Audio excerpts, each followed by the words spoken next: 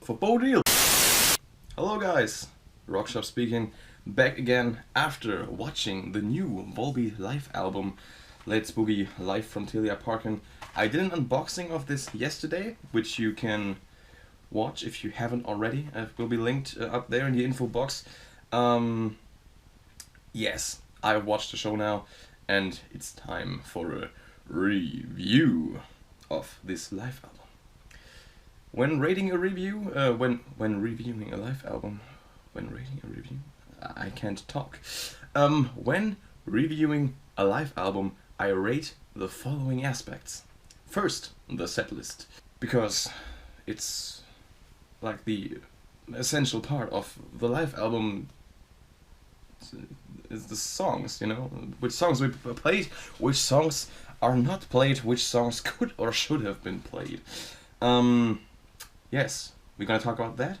Then I will rate the video, which means like the overall visual impression, then the audio, then the performance, and in the end I give a conclusion and a rating.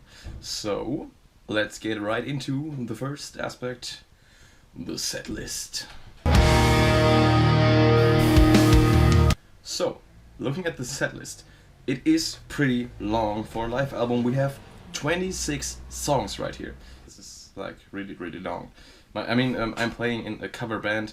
We play like close up to 40 songs a night, which is a thing you do when you're a cover band. But when you're a major act, you don't play like more than 20 songs for concert, I guess. So this is pretty long. And basically they played all their major hits, like there was of course Devil's Bleeding Crown as intro, then later on they played Loma Montez, they played songs like Black Rose, of course the ending was as always Still Counting. There was everything you would expect, but when I talk about set lists, I don't always concentrate on the point what would you expect. I'm more of the guy who's talking about what would you not expect, but what should be there. Let's talk about this. They played some songs that I would definitely want to hear when I attend a Volbeat concert.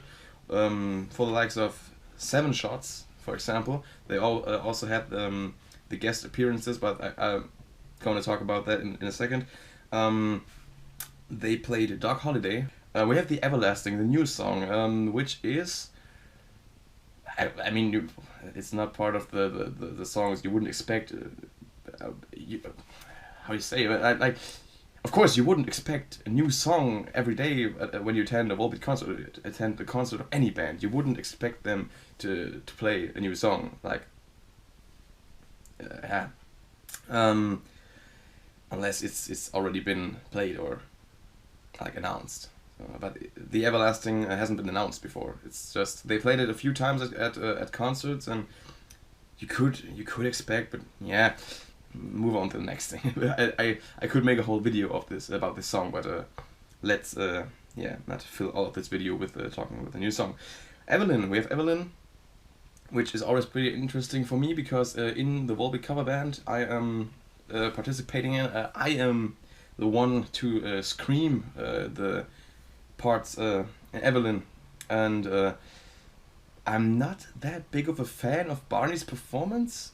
When I first heard the song on the album, it was like, don't really like this. But then I saw the version with Matt Heafy for Trivium. When they played it together, you can watch on YouTube. It's officially uploaded on the Volbeat channel. That was pretty amazing, and since I heard that video, I heard that version of the song in this video, I really like the song, and I'm just not a fan of Barney's style. I got used to it in the meanwhile, but yeah, I still prefer the Matt Heafy version just because I like the higher screams, and when I do this, I normally try to do the higher scream version. Then they played Lonesome Rider, which they played for Bodil, the mother of Casper Boy Larsen, the bass player. What was a little bit, not once disappointing, but they had a female singer on stage for a few songs, but they didn't use her on this one.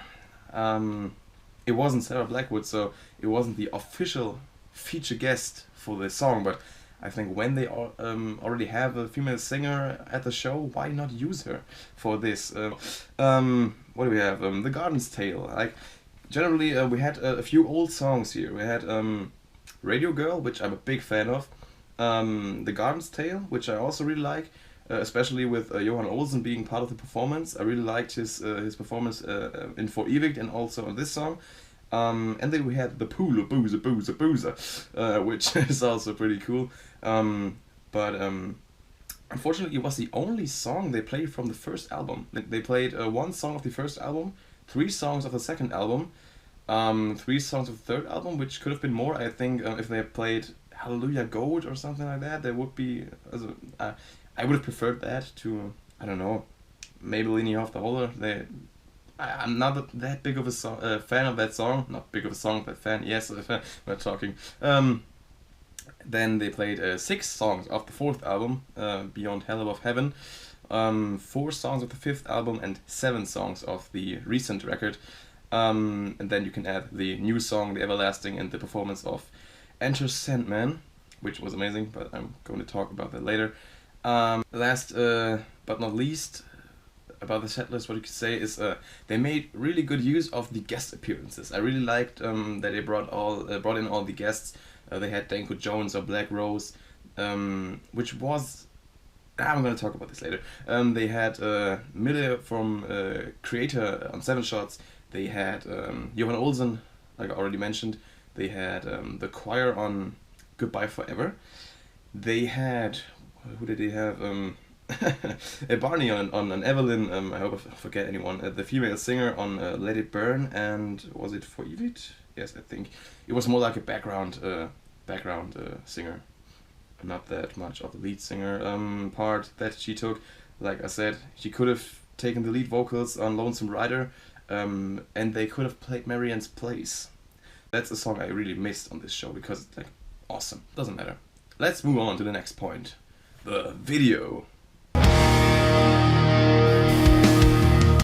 Talking about the visuals, I have the Blu-ray version of the album, as you know, if you watched my unboxing. If you didn't, now you know. The visual quality was great, really. I prefer to buy the Blu-ray version when I get any kind of live album. When I watch it, I don't only want to have the best possible sound, but also the best possible visuals. Yeah, like Blu-ray quality is amazing here. Nothing to complain about. The camera work, they have many perspectives, like showing the stage and also showing the really, really huge crowd. It was like 48,000 people or something, 49,000.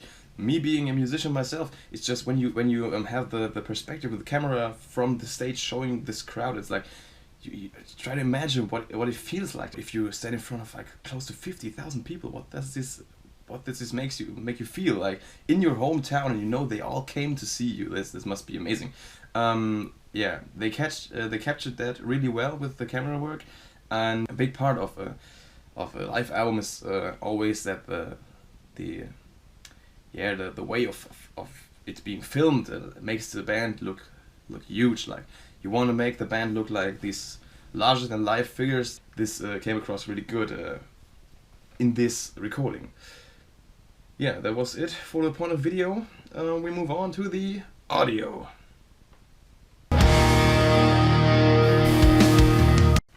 So there's not much to say about the audio. It was like the typical Volbeat sound you would expect. The guitars came through really good, the drums were bashing, and the mix all together was really good. You could hear every instrument, every vocal was present. There was nothing missing in the mix. When I watched like the recordings of Rock am Ring here, like one of the biggest rock festivals in Germany, they don't really have that much of a good mix in the recordings. Like, when you watch the last performance of Alter Bridge, I guess it was 2016, at Rock am Ring, you barely could hear Mark Tremonti's guitar, or the bass was way too loud. In songs where Miles Kennedy wouldn't play the second guitar and there was just Mark, you you'd hear the bass way louder than Mark's guitar. So I've already heard live performances or live recordings with bad mix, so I know what I'm talking about when I say there was a good mix. Next we move on to the performance. I just hit my cap. So, the performance. The vocals, as always, when you go to see a Volbeat show, you know Michael Pausen's vocals are like the most exciting thing about the music, apart from the stylistic diversity. And they are by far the most impressive thing about this whole show. And he delivered pretty good. The instrumental performances were on point. Like, the only thing I had to criticize is, especially about Rob Caggiano, his guitar solos or guitar lead parts are a little bit over-exaggerated. Like in the beginning of Sad Man's Tongue, it's just too much what he does. Or other songs that, where he's doing a lead thing over something that is should be more decent. But that's the only thing I have to criticize about that. Then all the feature guests were there and did a really good performance. The only thing I have to criticize, especially about Miller from Creator, he could have done a little bit more within the song. He could have sung a few lines of the song as a backup with his voice. I think it would have sounded really cool. I do this when I perform 7 shots with the Volbeat cover band. I mean, I always I implement some more of the screaming throughout the song, just to. I mean, when it's live and when you're there, why not do it? Like Danko Jones did this on Black Rose. He sung a few lines, the chorus with Michael together, and it was like really, you could see that he was really feeling it, and he really was into it, and I wish that Miller would have done some more of that. Yeah, he could have done a little bit more. Then special greetings go out to the banjo guy. I really love that guy. Like, I watched it with a friend and we were always joking about this banjo guy. He was amazing. Like the head, the white head and the white Hawaii shirt with the guitars on it. Like this guy was really. I said to my buddy, they could do a whole acoustic album with this guy playing banjo on every song, and I would buy it totally. Like this guy. Like banjo guy, if you see this, please hit me up. let's do a feature together or something like that. Big plus for this guy here. Then Enter Sandman, I really like the version with Michael Pausen on vocals. Like he sounded like this combination of a 20-year younger James Hetfield and just Elvis. It was amazing. Like, it sounded so familiar. Like I've listened to this version of this song for all those years that I've known this song. Like this was the initial version, but it isn't. His vocals fit this song really well. Like, he has a lot of James Hetfield in his voice and style of singing, but there's also this Elvis-y thing. So it's just a great combination for the song, and also that they played with Lars on this one. I forgot Lars when I talked about the feature guests. Shame on me. And also when feature guests, I forgot Mikkel Kessler, the boxer. He didn't really do much on stage. The last live album he was on, he had a microphone and he screamed that fight, fight, fight. He didn't do this time. He just took the boxing gloves off the ring ropes on the stage, like the front of stage there, it's designed like a ring. He took the boxing gloves off and just threw them into the crowd. Yeah, he was there. It was cool. Like, he could have taken the microphone and just screamed the fight, fight, fight thing. It was fun last time. Like, he did it on a recording of the song of the original, in case you didn't know. So why not do it live? Yeah, the only thing I can criticize about the performance overall is that Michael got the Doc Holliday verse wrong once again. I remember 2016 in November I saw them live in Stuttgart here in Germany, and he always messes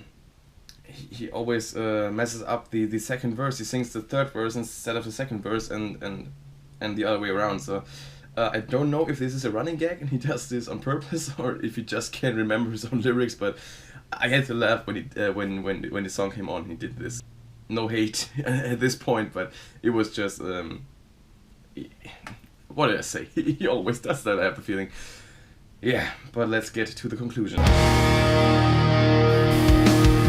After all, I can say it is a very good live album.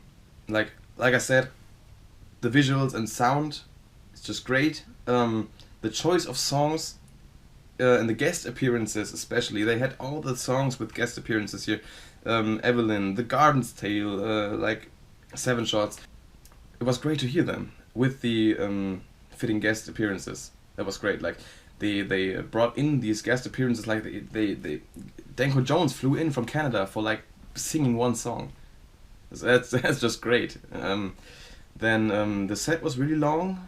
There were all these awesome songs, a lot of heavy songs, all the hits, all the guest appearances. Yeah, the rating, I would give it 8.5 out of 10. It's a really solid live album, and if you're a fan of Volbeat, I think you will be pleased by this, and you won't be disappointed, I hope. Yeah, that's it. Metal off. Have a nice day. See you.